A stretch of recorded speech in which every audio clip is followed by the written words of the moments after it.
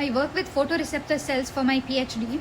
You may have learned in high school biology that photoreceptor cells are these rods and cones in your retina, and they're responsible for sensing light, and this signal is then processed through several layers in the retina and then sent to the brain for further processing. Now, the photoreceptor cells that I am working with do not come from the human eye or any other animal eye. I made them from stem cells in the lab, and this took me 3 months. And after 3 months, now I want to see if the photoreceptor cells that I made in the lab respond to light. And to do this, I am using a method called calcium imaging. I am doing it right here, and let me tell you how this works.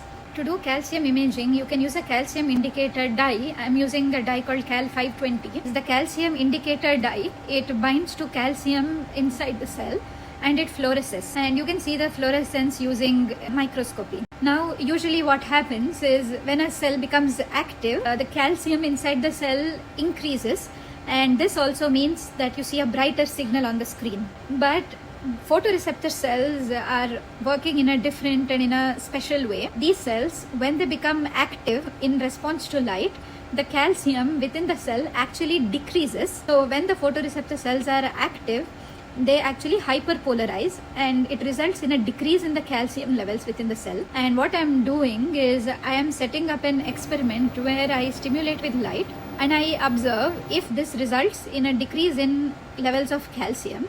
And if it does, it means that they are responding to light. And this is what the response looks like.